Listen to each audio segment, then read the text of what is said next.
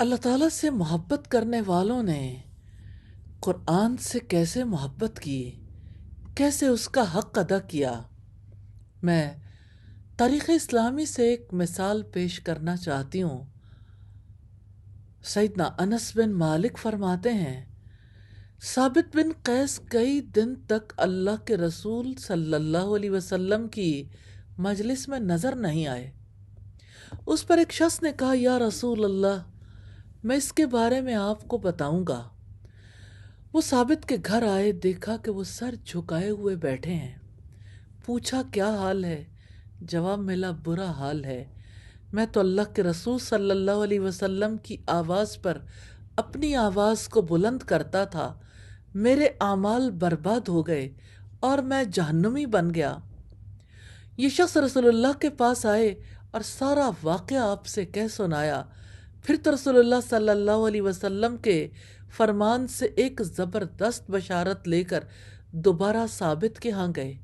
آپ نے فرمایا، فَقُلْ لَهُ إِنَّكَ لَسْتَ مِنْ أَهْلِ النَّارِ، آپ جاؤ ان سے کہو وہ جہنمی نہیں ہے، وَلَكِنَّكَ مِنْ أَهْلِ الْجَنَّةِ، بلکہ آپ تو اہل جنت میں سے ہیں۔ ابن جریر کہتے ہیں کہ جب یہ آیت اتری تو ثابت بن قیس راستے میں بیٹھ گئے، رونے لگے۔ عاصم بن عدی جب وہاں سے گزرے، انہیں روتے دیکھا تو سبب دریافت کیا، جواب ملا، خوف ہے کہیں یہ آیت میرے ہی بارے میں نازل نہ ہوئی ہو، میری آواز بلند ہے۔ عاصم یہ سن کر چلے گئے اور ثابت کی ہچکی بند گئی، دھاڑیں مار مار کر رونے لگے۔ اپنی بیوی جمیلہ بنت عبداللہ بن ابی سلول سے کہا، میں اپنے گھوڑے کے طویلے میں جا رہا ہوں، آپ اس کا دروازہ باہر سے بند کر کے لوہے کی کیل سے اسے جڑ دو، اللہ کی قسم میں اس میں سے نہ نکلوں گا یہاں تک کہ یا مر جاؤں یا اللہ تعالیٰ اپنے رسول صلی اللہ علیہ وسلم کو مجھ سے رضامند کر دیں۔ یہاں تو یہ ہوا، وہاں جب عاصم نے دربار رسالت میں ثابت کی حالت بیان کی تو آپ نے حکم دیا، جاؤ ثابت کو میرے پاس بلا لاؤ۔ لیکن عاصم اس جگہ آئے تو دیکھا ثابت وہاں نہیں ہے، مکان پر گئے، معلوم ہوا وہ تو گھوڑے کے طویلے میں ہے۔ یہاں کر کہا، ثابت چلو، تمہیں اللہ کے رسول یاد فرما رہے ہیں۔ ثابت نے کہا، بہت خوب، کیل نکال ڈالو، دروازہ کھول دو۔ پھر باہر نکل کر رسول اللہ کے پاس حاضر ہوئے۔ آپ نے رونے کی وجہ پوچھی، جس کا سچا جواب ثابت سے سن کر آپ نے فرمایا، کیا تم اس بات سے خوش نہیں ہو کہ تم قابل تعریف زندگی گزارو، شہید ہو کر مرو اور جنت میں جاؤ؟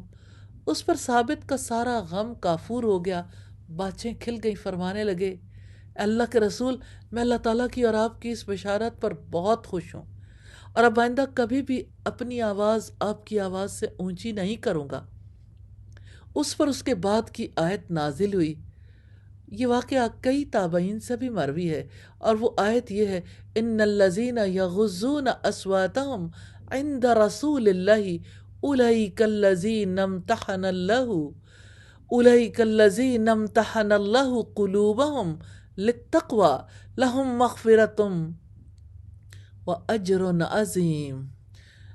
بے شک جو لوگ اللہ کے رسول کے پاس اپنی آوازیں پست رکھتے ہیں، یہی لوگ ہیں جن کے دلوں کو اللہ تعالیٰ نے تقوی کے لیے آزما لیا، ان کے لیے مغفرت اور بڑا اجر ہے۔ اسی کے آخر میں ہے، سید انس کہتے ہیں، ہم انہیں زندہ چلتا پھرتا دیکھتے تھے، جانتے تھے کہ وہ اہل جنت میں سے ہیں۔ یمامہ کی جنگ میں جب مسلمان قدرے بددل ہو گئے تو ہم نے دیکھا کہ ثابت خوشبو ملے کفن پہنے ہوئے دشمن کی طرف بڑھتے چلے جا رہے ہیں اور فرما رہے ہیں، مسلمانوں، تم لوگ اپنے بعد والوں کے لیے برا نمونہ نہ چھوڑ جاؤ۔ یہ کہہ کر دشمنوں میں گھس گئے، بہادرانہ لڑتے رہے، یہاں تک کہ شہید ہو گئے، رضی اللہ عنہ، اللہ تعالیٰ ان سے راضی ہو جائے۔ جنہوں نے قرآن سے سچی محبت کی، وہ قرآن کو عمل کی کتاب سمجھتے تھے، اللہ تعالیٰ کا حکم سمجھتے تھے، اس پر عمل کرتے تھے۔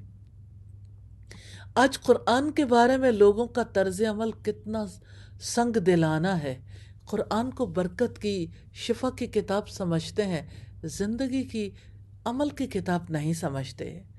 اللہ تعالیٰ سے دعا ہے ہمیں قرآن کی سچی محبت نصیب فرما دے۔ آمین ثم آمین۔